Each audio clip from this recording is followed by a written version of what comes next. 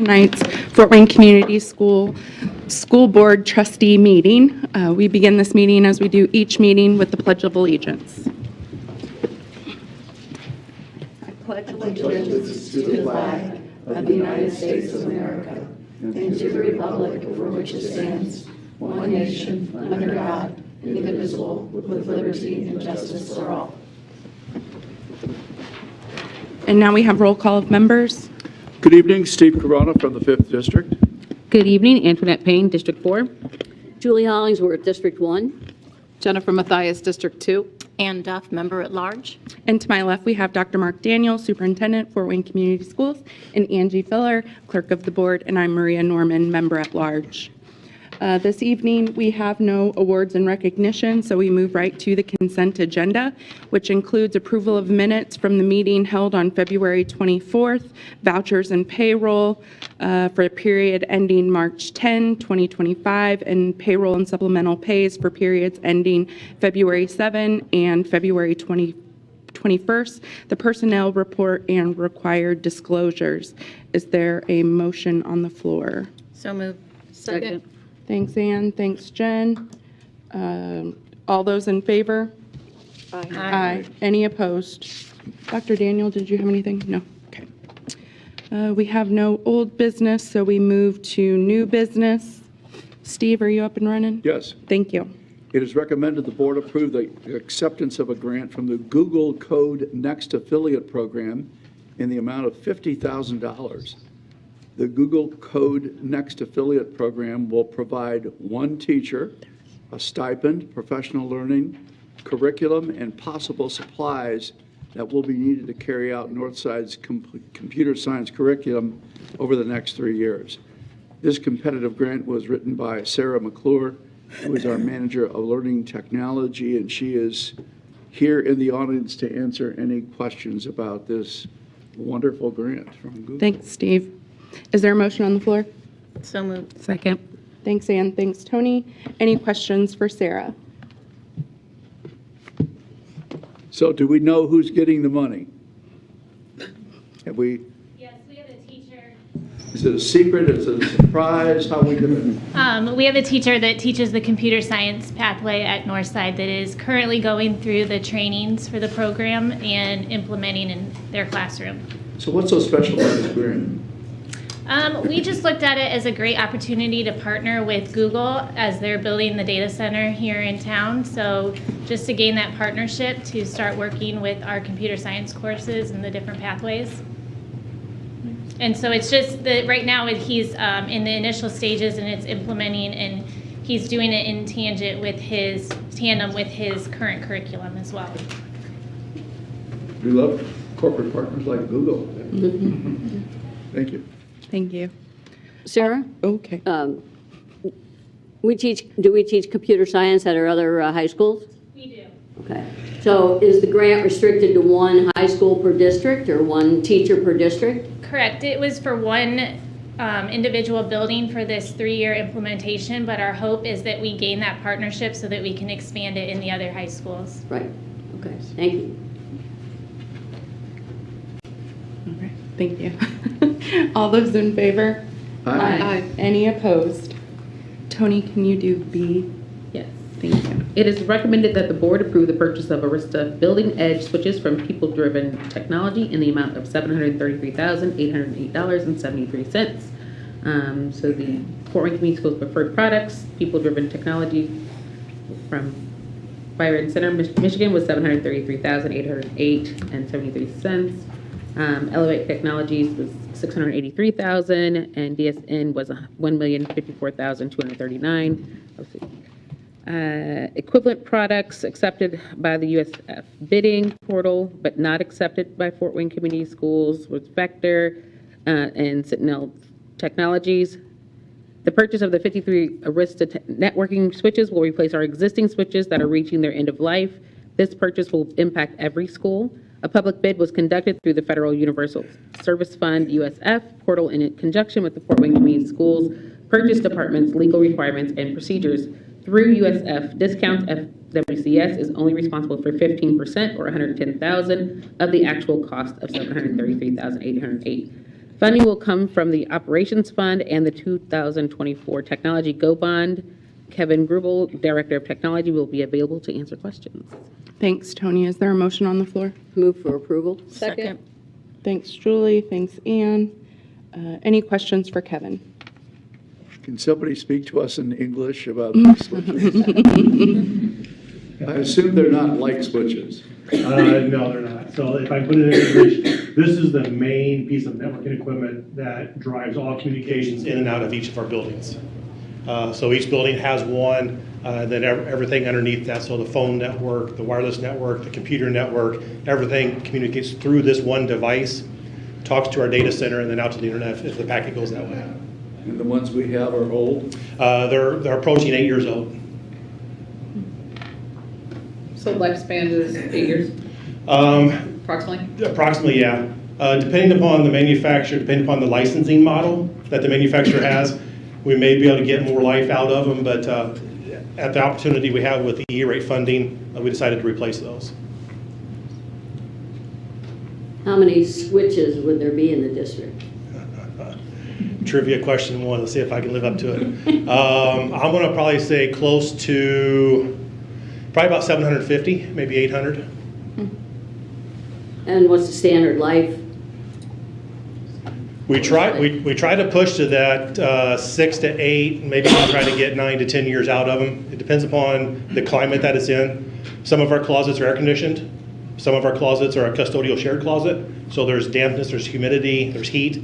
So it depends upon the life cycle and where they're at in the building. Oh, so those are those big towers that I've seen. That's got all the cables. Closets Yep. or. It's got all the cables, the orange and a bunch of different colored cables in them. That's us. Okay. So you just said there was 700 plus or whatever, so there's 53, it's the main, I mean, so how many, for example, are in high school, roughly?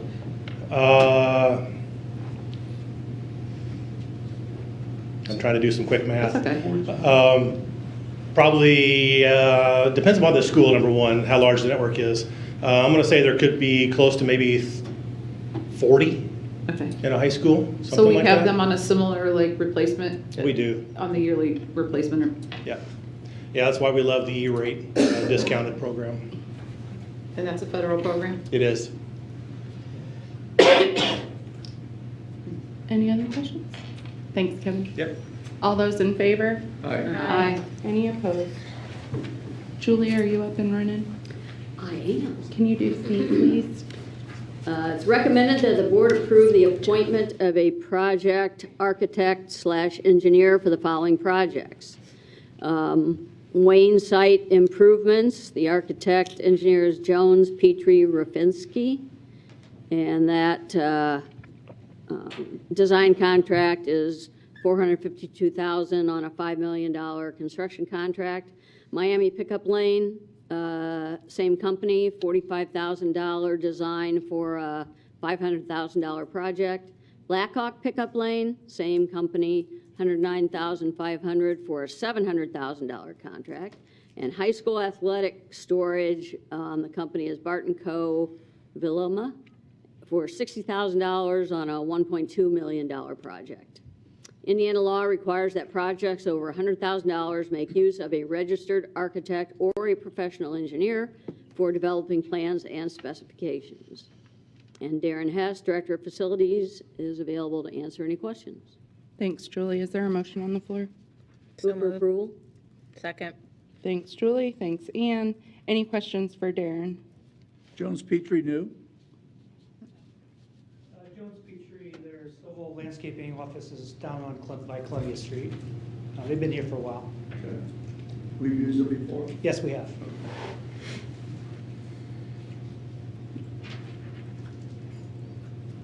You said that they're landscaping? Is that what you said? Landscape architects, civil engineers, and then they also have architecture and some mechanical in South Bend, Mishawaka. Okay, cool. How many of our schools still don't have pickup, like designated pickup lanes? Because we've added Lane, we're adding Jefferson. How many do we still think that we could utilize a designated pickup lane? Off the top of my head, at least another dozen or 14 schools could definitely benefit from additional separation of traffic, yes. And I understand how important it is to get those cars off the street just for the other community around it, but I'm assuming that we probably have some data as well that you don't have to provide, I'm just saying, on those accidents that are no longer happening because the cars are backed up along the streets. Do we have any of that information?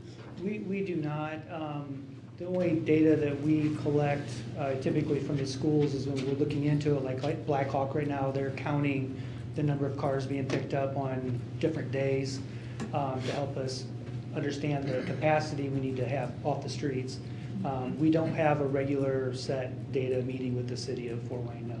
And I'd assume that that traffic pattern has vastly increased when we had to decrease years ago with our transportation. We had to go to limiting transportation to 1 and 2 miles. We've drastically picked up parent pickups. Yeah, it's actually increased ever since 9/11.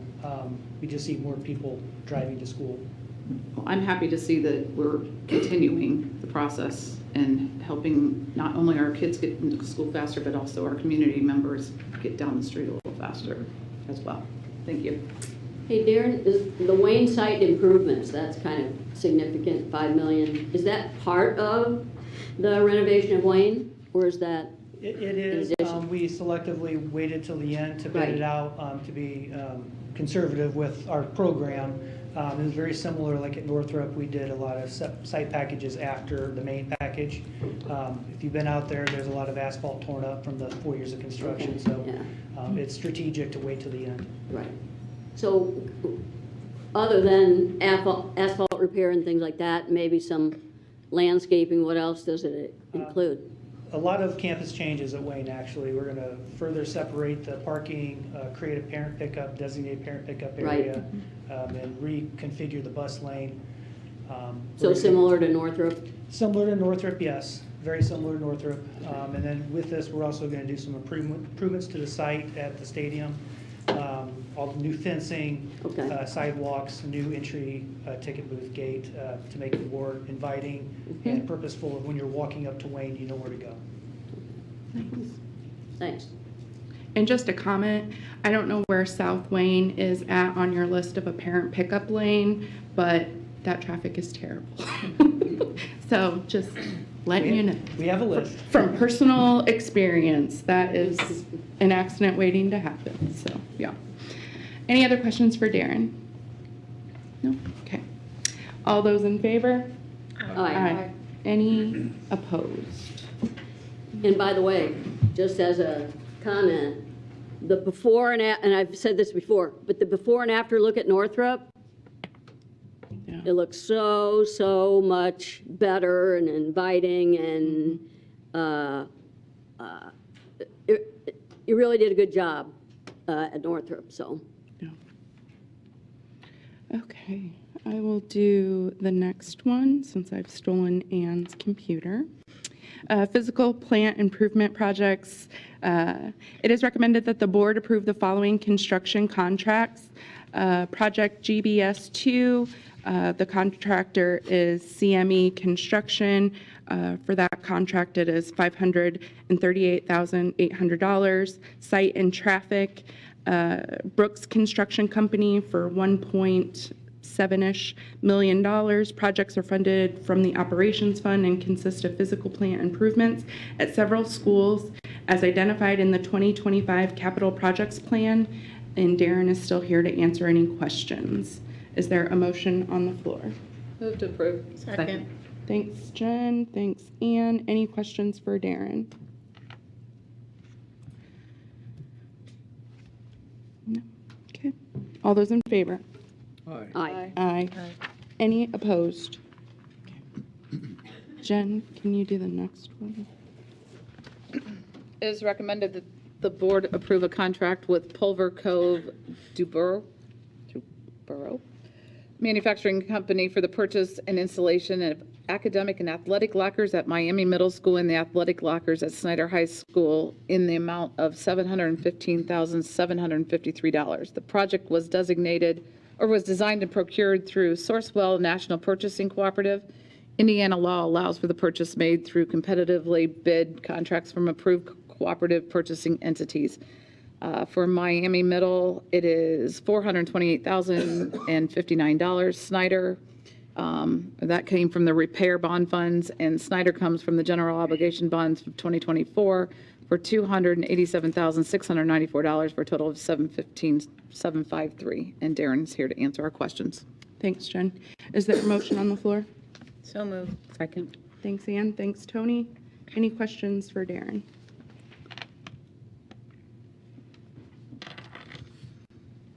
No? Okay. All those in favor? Aye. Aye. Any opposed? Okay. Steve, can you do the Parkview joint replacement? Back to me. Yep.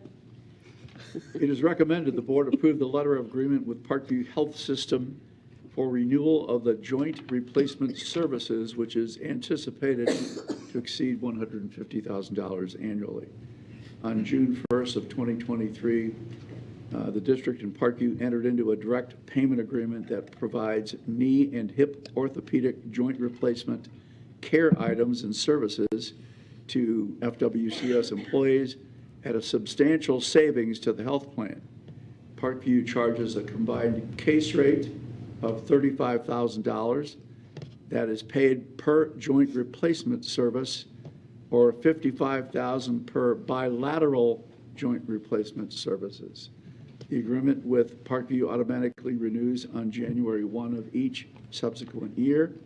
If the agreement is renewed, extended, or restated, case rates are subject to increase on an annual basis as determined by Parkview. And this funding comes from our self-insured health plan. Austin Couch, HR Director, can answer any questions about this recommendation. Thanks, Steve. Is there a motion on the floor? So moved. Second. Thanks, Ann. Thanks, Jen. Any questions for Austin? Did this agreement get a lot of use? I don't know if it got a lot of news. I think when it was initiated, it was hard to tell, hard to predict how many were going to participate in this type of a thing. And I think initially in '23, it was minimal. By 2024, we had probably 23 individuals that took part in this program to their benefit and as well as the plan's benefit.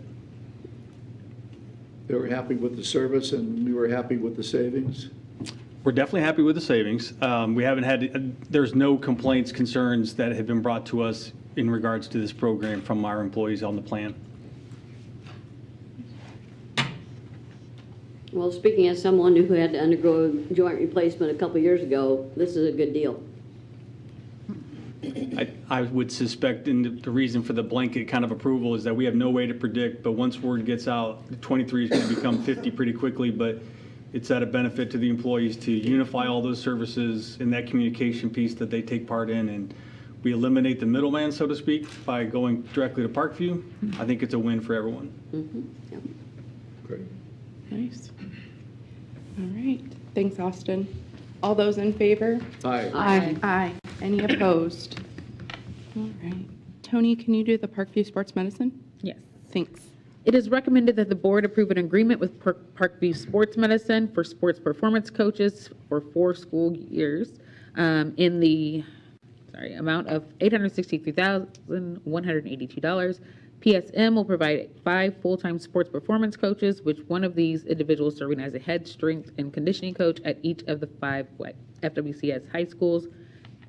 The amounts for 2024-25, $144,704, 25-26, $227,908, 26-27, $239,302, and 27-28 for $251,268, for a grand total of $863,182. Deputy Superintendent Dr. Deborah Faye Williams-Robbins is available to answer questions. Thanks, Tony. Is there a motion on the floor?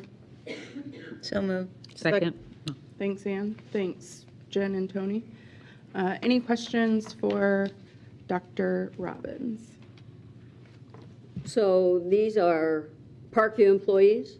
Yes. Who work What hours in our school? They work throughout the day. They kind of adjust their hours depending on the school and the need. So some may be there after school for some of the athletic events, to be able to work out with the students after school as well. But, so, is there a minimum hours per week that they put in, or? It's a regular 8-hour day. Okay. Yeah, okay. yeah, so they work all day, and again, each school can either adjust, so they're coming in the morning Right. and working out with Right. students, or after school. Okay. And is this specifically for, yes, strength and conditioning? So these are different than the athletic trainers that are like at athletic events? That's correct. These Okay. individuals work in the weight room, and so if you're a track person, then you're lifting in a different way than if you're a football player. Right, okay, cool. I know we've had an arrangement for athletic trainers for a long time, but what about strength and conditioning? Yeah, the athletic trainers, that was given to us by Parkview, and we've had those for a long, long time. Right. The strength and conditioning was an agreement we made where the first year Parkview paid 100% of it. And this is just to make sure that our students are not hurting themselves as they're lifting, and that they're getting what they call bigger, faster, stronger. Our students don't always have access to go and work out in places where they have an expert, and these are licensed and trained strength and conditioning coaches who every year we've paid a portion. After the first year in Parkview paid a portion, and now we're at a place where our portion is now 75%. And their portion is 25%, and that will continue throughout the balance of the agreement, which was a 10-year agreement. Okay, so it's a 10-year agreement, so it started 6 years ago? Probably about 5. Okay. Yeah, first year was 0, then we paid 25, 50, 75. Got it. And then you see the changes in the amounts is the cost of living. And a student wouldn't necessarily have to be an athlete, because if a student wants to take an elective strength and conditioning class, and this person is going to be available. That's correct, and they work alongside our PE teachers, so that because they can't give credit, PE teachers have to do that, so they work alongside them as they're working with students. So a student can sign up for a PE class and receive this same kind of service. That's great training for our staff, too. Yes. Are performance coaches standard in most school districts? No. No, you're talking about strength and conditioning? No, this was a special agreement between Parkview and Fort Wayne Community Schools. Any of the other county school districts use this? I am not sure. I know Dr. Daniel has been working on this as well. Yeah, so many of our districts around us will have a specialist like this as well. But again, I don't know if they have it for all their students, like Julie was saying. And many times, I, as an individual parent and student, would pay for that additional service. So what we said was, how do we level the field for our kids so they have access to this expertise? And I think the growing number of our students in this program, as we've seen, some of our high schools, it's phenomenal. The number of students now that are in this type of strength and conditioning program. Again, if I'm going to quarterback, I'm going to do some different weight conditioning than if I'm a lineman. So again, I think it's, as I ran some numbers on this myself, and I can just tell we're still getting one heck of a deal, because you divide that higher number by 5, it's roughly 50,000 per person. Well, they're much more than 50,000, the going rate. So I'm appreciative of Dr. Robbins and her work in this area, and also Parkview's partnering with us to make this available for our kids. I think it's making a difference. And again, you coincide that with our investment in our weight rooms. It may not have the glass all around it, but I'll tell you, we have the equipment in there now that's state of the art. So whether it be free weights, whether it be some machines, but squat racks and so forth, we now have the equipment that I think any one of our students who are truly looking at the next level of competition, we're moving in that direction. Yeah. Not quite there yet, but we're getting very, very close where, as our Notre Dame football coach said, yeah, it's about playing football, but it's also about conditioning in the off season and preparing, and i.e., as he told me, why aren't you running track? So you play football and you run track. So that's where we're heading with this, and again, knock on wood, but it's available for any student. So again, strength and conditioning is a lifelong phenomenon, and we're teaching some lifelong skills, I think. Thank you. I'd like to say before Dr. Daniel came, we didn't have anything like this. And we would see some of our students go off to college and blow out an arm right away and those kinds of things. And this is really helping our students to have the expertise around what they're lifting, how they're lifting, so that they are staying in shape and healthy as they're going into these sports. Yeah. And do we only have these trainers during the school year? Or are they available year-round? They work with us all year long. Okay. Though they are employed by Parkview, they are assigned to our schools. Okay. Nice. So we have one per school. Is One that per correct? class. So there's 5 of them. All right. Great. Any other questions? Yeah. All right. Thanks, Faye. All those in favor? Aye. Any opposed? And that is the end of our new business, and now we're up to presentations. Fort Wayne Community Schools Be Instrumental program will give an update along with a video. Bruce Schneider, K through 12 music and Be Instrumental coordinator, along with Alondra Valdez Torres, 8th grade Memorial Park student, will be presenting. Good evening. The floor is yours. Good evening, President Norman, members of the board, Dr. Daniel, members of the audience. I'd like to provide an update on the BSML program, which is now its 9th year here at FWCS. We would start with the video to highlight music education in the BSML program. When they were first starting to figure out how to start this BHML program, it was great ideas. And they pulled a couple teachers in, and they rolled out the program to just a couple schools at first. And I had 7th graders who were so depressed about having to give up their instrument for the summer. And I pulled a couple kids, I'm like, guess what? This next year you're not going to have to. You can apply for these instruments and you'll have that instrument all the way through high school as long as you keep playing. And the one girl actually started crying. She was so excited. That provides a lot of neat things for them, and also kind of ownership, because they receive a brand new instrument. It's kind of like their baby. It really helps me really lock in everything, all the music, at home practicing individually with your own part. I felt really glad that I stayed with cello, because at that time it was hard for me to find hobbies that I liked and to stay in. I always knew after 3rd grade, I knew I wanted to do trumpet. We knew we wanted to help kids. There's statistics about the drop-off of kids between middle school and high school.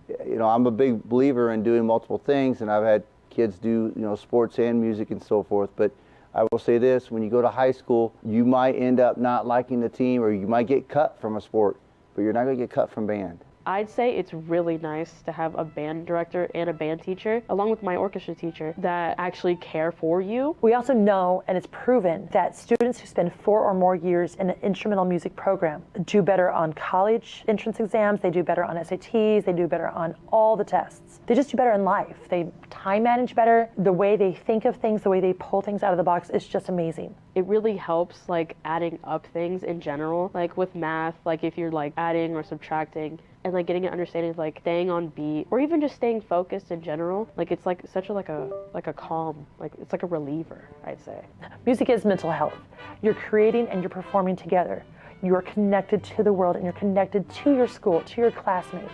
You're not going to make music in a bubble. You need to make music with people. It can help with communication and listening out for certain things, listening to other parts. It's also fun because you get to talk to friends and stuff. Because you're around good kids, and the top 10 academic scholarship kids are usually always all in band, that influence, being around good kids that want to be successful in school, they're trying hard and doing well in school, that just promotes more success for your kids, maybe who might be struggling. I did Northside Marching Band, and we won a bunch of awards. We went to ISMA State Finals.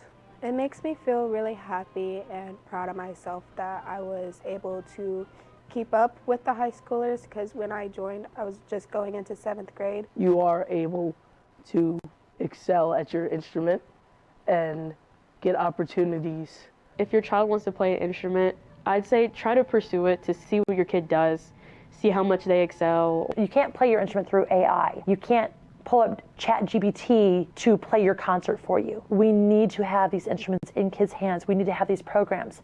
And it also makes them more confident to be outspoken, to be more of a leader and a doer, not sit and observe all the time. And from 6th grade to 8th grade, change more into a more successful young adult than someone who is very closed off to the world. Music education is so essential. It is not an elective, it's not co-curricular, it is curricular. It is one of the curricular subjects, and it helps students in so many ways. There's a quote from a movie that I love, and it's talking about you can destroy people and they'll rise again, but when you destroy an art and a culture is when you really destroy people. So we want to keep these cultures going, this wonderful connection to art and music, because this is how we express, this is how we can express all the things that you cannot say in words. And kids need to know how to do this.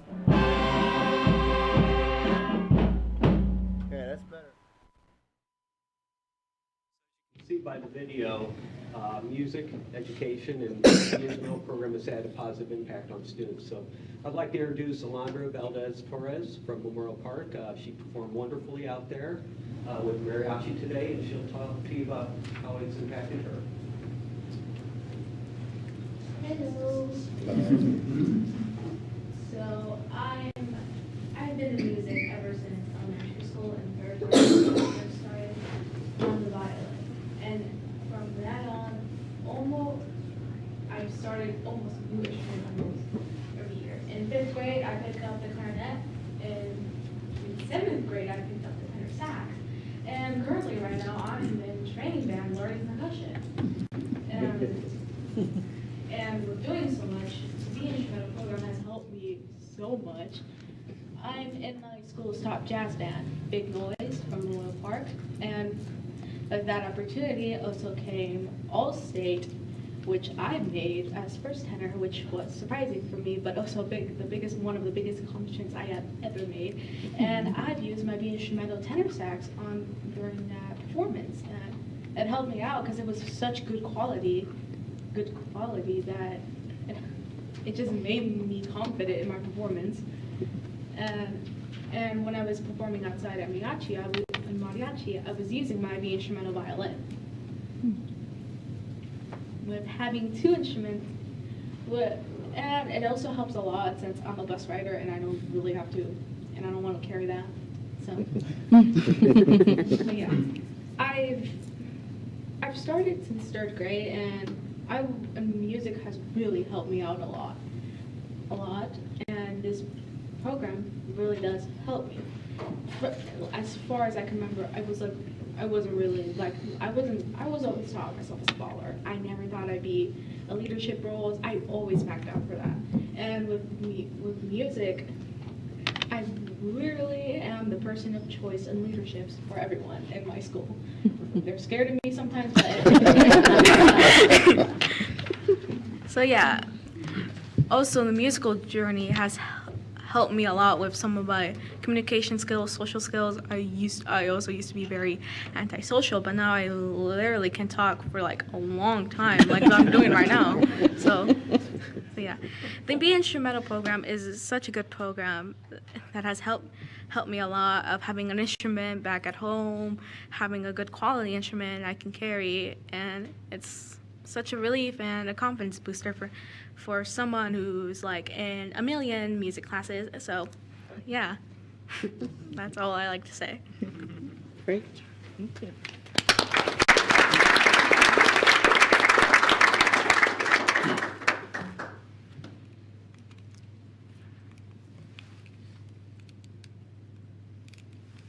Okay, baby.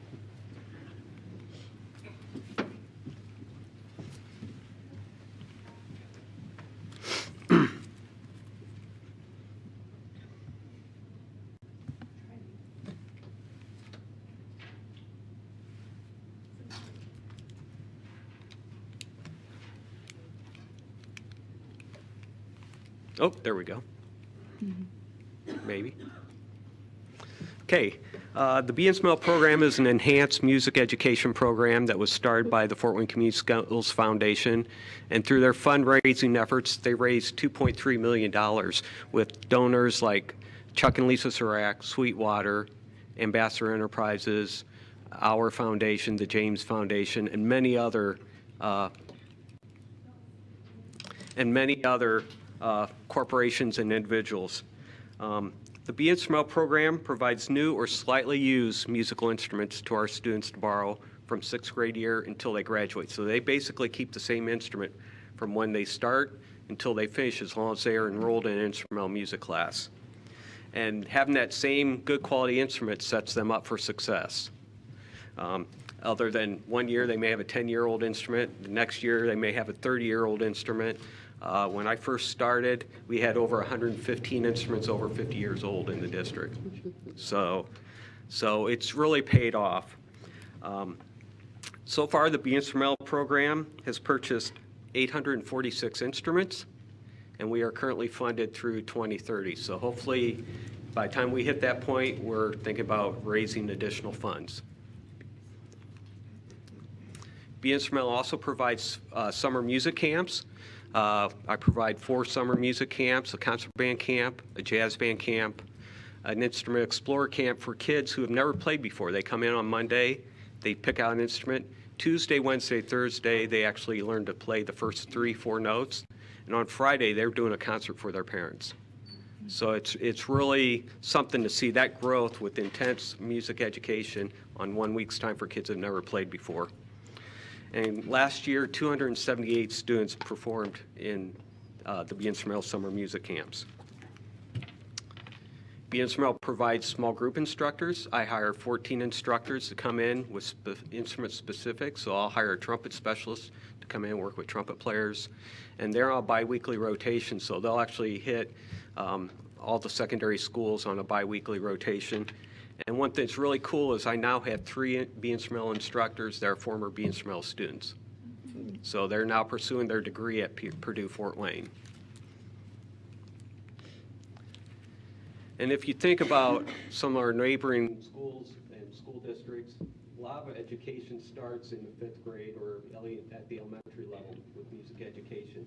We don't have that luxury. So last year I started a 5th grade Instrument Explorer program. We purchased 1,100 Nuvo instruments, which is a plastic instrument that resembles the actual band and orchestra instruments, and they actually sound pretty close. And I also bought 340 violins. So basically, each 5th grader will have 9 weeks worth of instrumental music instruction on their 5th grade year. So they'll have 5 weeks on Nuvo instruments, then 4 weeks with the violins. And according to teacher surveys and that, 64 new students joined 6th grade band orchestra because of the Instrumental Explorer program. So here's where we started and here's where we are today. We started out with 3 schools and 32 students in spring of 2016. We're now up to 580 students. Last year was our all-time high of 591. And to date, we have affected 1,563 students that participate in the Be Instrumental program. And you want to talk about the academic benefits.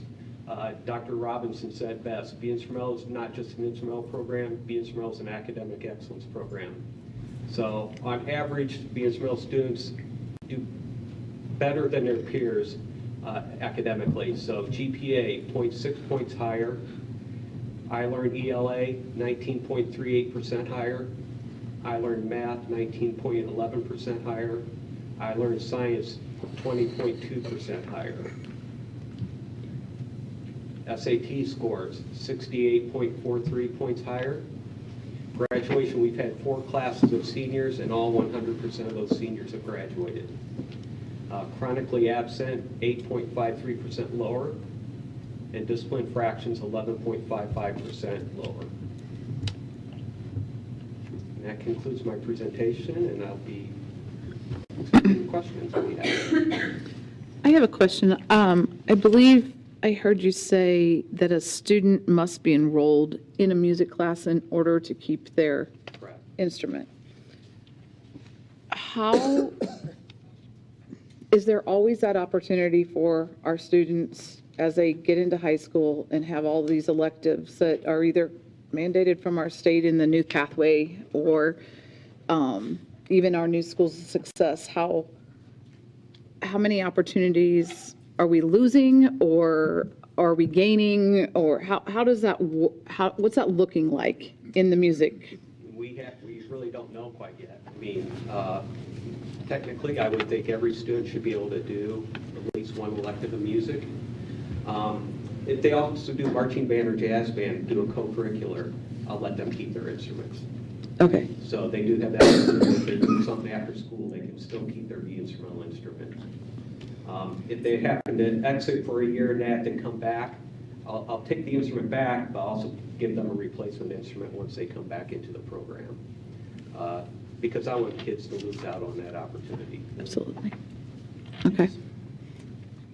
Does the district have access or interest in the Pearl, the performance areas or the practice areas?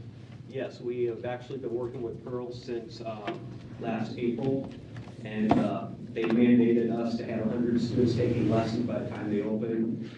We have over 255 students taking lessons right now.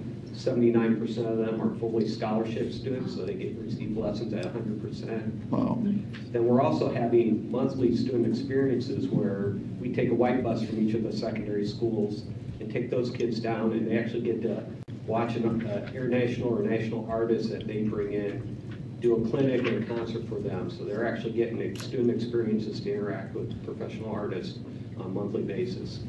So they wasted no time in welcoming us over. Not at all, not at all. I mean, Chuck Serac said he would like to see the next Chuck Serac come out of Fort Wayne Community Schools. Bruce, how do fifth graders take advantage of the 9-week program? Is that during the school day? During the school day, during their music class. So we actually took an entire year to roll out this program. We trained all the teachers for a year on the instruments because we do have some teachers with choral backgrounds who aren't really comfortable playing an instrument. So we took a year to, excuse me, actually train those teachers and get them comfortable. So all fifth graders now are in that program? Yes. And that was just the first year last year? First year was last year, so we're in year 2 now. And what did you say we had, 60-some 64 students? students said that impacted their decision to take 6th grade. Awesome. And can you tell me a little bit more about your summer program, the summer camps, and what ages are those, and what grades are those available Yeah, to? they're primarily middle school, except for the string camp. The string camps will go anywhere from 5th grade. We take the Club O kids there, and we'll take those all the way up through high school. So we have some high school groups that perform separately and sort of inspire those younger kids. But just because of marching band and everything else, we sort of limited our summer camps to middle school age for the most part. We are going to have a high school jazz band camp at Pearl Arts this summer that we're working on. So. Where are the other, if it's not that one, where are the other ones hosted? The jazz camp and the concert band camp is at Memorial Park, and that's going to be July 11th through the 14th. The Explorer camp runs 2 weeks because we've outgrown 1 week. That is at Lakeside, and that is the July 7th through 11th and 14th through 18th. Then the string camp is also July 14th through 18th at Memorial Park. Great. It's July. Yeah. They keep me running that month. It's summer. So, Yolanda was saying she tried different instruments. How does that work for the students when they get to, do they give back an instrument and then get another one when they want to try something new, or do they get to keep multiple instruments? They get 1 string and 1 band orchestra. Okay, so they can have 2 at a time? Yeah, so they can actually have 2. Just for an inventory standpoint and trying to keep my purchasing costs down, I try to limit to 1 band and 1 string instrument. So there's enough instruments for any student who wanted to participate in the... Right now, yes, there is.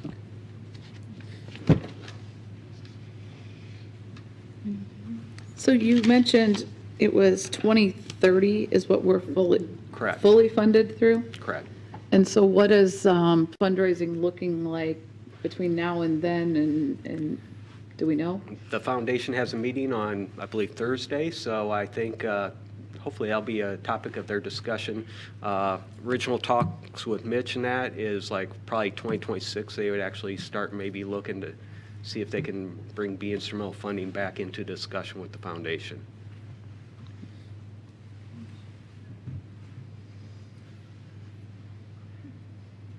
Any other questions? Thank you. Thank you. Thank you to both of you. Thank you.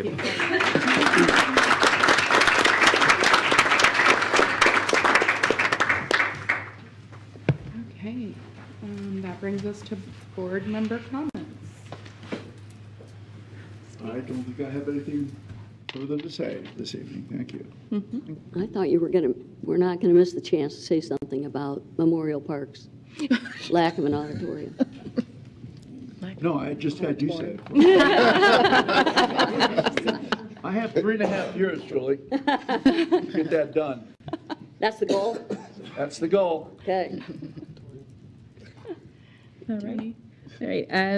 Not much this evening. I did want to say I had the opportunity to go to, I'm drawing a break right now, New Tech last week. They had a career fair, and it was a really great experiencing the students. They were very excited. They asked really great questions to all of the community members who participated in that. So appreciate being invited by Mrs. T.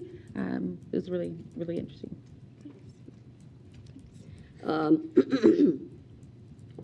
Funny anecdote, Alana, you might appreciate this, but when I was in 5th grade, if you wanted to learn an instrument, you had to stay in and miss recess. Well, if anybody knows me, I am not going to miss recess. So consequently, I never learned to play an instrument, which I kind of regret, but made my choice. Just one comment about when we were talking about the construction things, and we were talking about site improvements, and it occurs to me, some people may think that that's fluff or, whatever, and I mentioned the look that Northrop has now from before, but it also occurs to me that we were told by many legislators and a governor that when the voucher program started that we were supposed to compete. You just compete for those kids, and if you have good programs, and then like Be Instrumental, then students are going to choose your school. Well, guess how most parents choose schools? I mean, you want to, when you drive up to a school, you want it to be clean, you want it to look nice, you want it to be appealing, and that's what we were asked to do. So that's what we're doing. And it's not, that's not unimportant. Anyone who's a homeowner knows that. So Wednesday night, I went to the continuing education graduation, and it did not disappoint. It's just a joyous evening, and the crowd, the graduates who, there are mostly adults, and there were 3 speakers, and oftentimes, they are adults who never thought they were going to get their high school diploma because they had to leave high school for some reason, and now they've returned, and it's to see their pride of accomplishment, and it's every year, early March at the Northside Auditorium. And if you've never been to one, it really is, it's a feel-good evening. Good stories, and it's nice to see, it really emphasizes the importance of education, that they feel that education is so important, or maybe they're setting they're trying to model for their own children, and that, they've come back and gotten their graduation, gotten their high school diploma or equivalency. But great evening. Thanks, Julie. That's all. Jen? I just want to thank you again to our mariachi band before and Colleen. She does a fabulous job, and that's I think I counted over 27 students, and I know she had that while she was at Lane, but it's great to see that program growing at Memorial Park. I also want to thank all of our teachers here from St. Joe. Thank you for attending. Hi, everybody in the back. It's so important to have you here. I know these aren't necessarily exciting, and sometimes we have a lot more exciting news than just putting asphalt down in a lot, but unless that's your school, you'd be really excited for that. I do want to remind everybody that, just like Julie said, we're here for our students to better every student that walks in that door, and all of you contribute to that, and we are very appreciative of everything that you do, and we are fighting really hard for all of the things that come at us, especially during budget session legislation. I am reminded of a former educator who, before I became on the board, I started attending her advocacy for public schools, and that's Phyllis Bush, for those who remember Phyllis. But she told me this, and what she said was, it doesn't matter until it matters, and by then it's too late. And I need our community to remember that, because we see the things coming at us, and they're coming at us fast and furious. And to be able to continue what our children deserve, we need our community support. We had a wonderful press conference here last week with this room filled with community members, not only educators, but community members who support us. And I want to thank those people who showed up for us, because we need them. Just like Julie mentioned, our schools, we put that time, effort, and money into those schools because those schools sit by your houses. And property values matter. We don't want dilapidated schools sitting behind us. So not only are those for the aesthetics for our children and the parents, but they're also for our homeowners who surround those schools. And I have a lot of pride in our fiscal responsibility of keeping those schools looking like they do and the upkeep they do. And thank you, Darren Hess, to you and your team who put a lot of time and effort into how do we maintain 52 school buildings and keep those up. I mean, it's like at your house, you have in your mind or you should, I'm going to need windows 10 years down the road, or I'm going to need a new roof. Think about that times a large building and 52 of them. So I'm very proud of that. And we need our community to come out and support us. Our children need us. Our children need you. And if it's not us, who's it going to be? And I don't want to be sitting here one day and saying, I'm sorry, we're going to have to close that school, because I saw what this room looked like when Elmhurst closed. And we don't want that. So please pay attention. There's a lot of things out there. I know that you think that your voice doesn't matter, but it does matter. Every single one of your voices matter. Thank you. I have no comments. Dr. Daniel? Wow, I have a lot of time to talk. This is awesome. Thank you. Oh, so first of all, the continuing ed evening, that's a why. If you would, I hope we had those speeches recorded, because I would love to use that speech. All three were phenomenal, but it does tell us what happens when, because of life, I have to drop out of school, and we are working on that early learning center. That's part of what the Fort Wayne Community School Foundation is working towards right now, and that's starting to ramp up. So 2 of the 3 of those speakers, it was because they had a little one, and they had to either, how do I take care of my child, or how do I continue school? And they chose to drop out. We're trying to figure out how to do both, i.e., take care of your child and stay in school. So, unbelievable evening. I hope we have to figure out, see if that was actually recorded, because we could take that with us as part of our messaging as we go out to various individuals and foundations for fundraising. The second thing Bruce, you're still very, very modest. I mean, what you're doing there is amazing. The growth of that program. Last year, Wildsider state champion jazz band. I mean, and it's because of what we saw earlier today. Students playing instruments, your love of music and how that's moved into your leadership skills and all the extras that come along with it. I could go to marching band competitions and those things, but I mean, it's phenomenal. So we should just be very, very proud. And yes, that would be in a few years, that will be a focus of the foundation.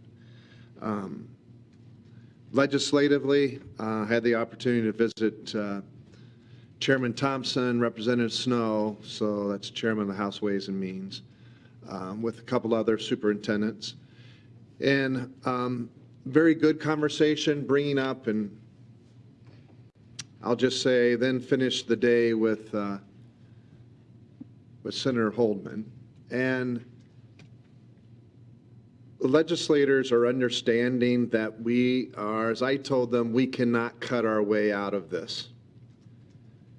And we're going to do our best to keep it from you as a student where it impacts students. In other words, as far away from possible. But it is you can't cut your way with and I was assured that we hear that, we'll look into that. And as I asked, our books are wide open. We'll put them on the table. You can see where we are in regards to our funding. You can help us work through this. But it is going to take our community, as Jennifer just said, it will take our community coming around and, yes, sending those letters, yes, texting, yes, leaving a message, if you will, on the voicemail. Those inputs do add. They add to how are we going to do this the next, because what we're hearing is even if the legislators do pass something, the governor may say, no, you got to take it back and find more. So that message needs to hit all levels of our legislators. And I think they respected what we did with our press conference because we did it in a way that, yes, we know that you're in difficult times. This is a very difficult process. And we're seeing things that are happening at the national level as it comes down then to the state level, then to the local level. But again, we need to keep our ears to the ground. We need to provide the support when we need the support. And I, too, am very grateful for the 40 different individuals that supported us for the press conference. All of our board was present, but also community leaders.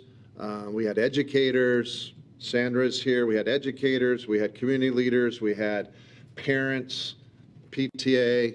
So it was, I will say, if you don't know the why, you should have been there Wednesday night at the continuing ed, because you would have seen how important it is for public schools to be there to offer programs that meet the needs of every walk of life and even every age. As I think the oldest one was a 41-year-old mother finishing her high school equivalency, but knowing that she was on track now, she was headed towards that nursing degree. That was very, very powerful. And again, if you didn't shed a tear, then I don't think you're alive. So thank you. That's all I have. Okay. I'm going to take this time to address some online comments. And we also received some handwritten notes. So we just want to be as transparent as possible. A week ago, we all stood here and asked that the Indiana General Assembly please rework Senate Bill 1 and Senate Bill 518 so that our district does not have a loss of approximately $14 million over the next 3 years. While I understand the public's concern, how can we say there's no money when we are building a $30 million stadium at Snyder High School? However, we started the stadium project back in May of 2024. Our district followed all state and federal laws when it came to public notices, and public hearings. Never once did we receive any opposition from the public on this project. We only received comments in support of the stadium. By the time the Indiana General Assembly officially began session in early January 2025, we had already closed on our general obligation bonds, which happened on November 20th, 2024. We had already approved the architect, the design, the survey, soil borings, and environmental testing. The district has already invested $2.7 million into the Snyder Stadium project. Now, I can say that this may look bad, so it may be some bad optics. But I think that people also need to understand large-scale construction projects paid for with public dollars. However, as of a week ago, when we made our plea to state legislators, this project was already in motion. The funds have been secured. And just so everyone's aware, because I also asked this question, we cannot take the dollars from the stadium project to cover any losses that we may have over the next 3 years.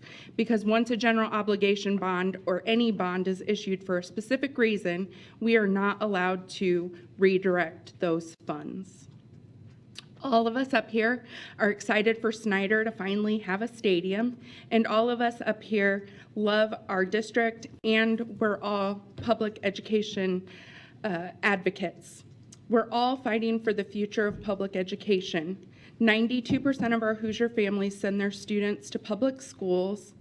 They are the choice schools of Hoosier families and should be funded as such. If anyone in the public would like to have a conversation about the stadium project or public school funding, I would be more than happy to discuss. And like everyone's mentioned, we thank everyone who showed up last week to show your support, not only for Fort Wayne Community Schools, but for public education in our state. And so, again, I get it. I saw the comments, and we want to be as transparent as possible. So there's always rules that we have to follow, and not everyone has the full story. So yeah, I just wanted to make sure that the public was aware of that process. So thank you to our St. Joe staff that's here. We got these St. Joseph from your Kind Kids Club. These were awesome and very much appreciated. They had a sweet treat and then just a fun little one. Mine said, "You are brave," which was just touched my heart. I needed that comment on that day specifically. So thank you for that. That was nice. And I think that's all my comments. Okay. I love how I look at you guys. Like, should I say more? Am I done? Okay. Our next meeting is March 24th, 2025. Is there a motion on the floor to adjourn? So move. Second. Thanks, Ann. Thanks, Tony. All those in favor? Aye. Aye. Any opposed? Thank you.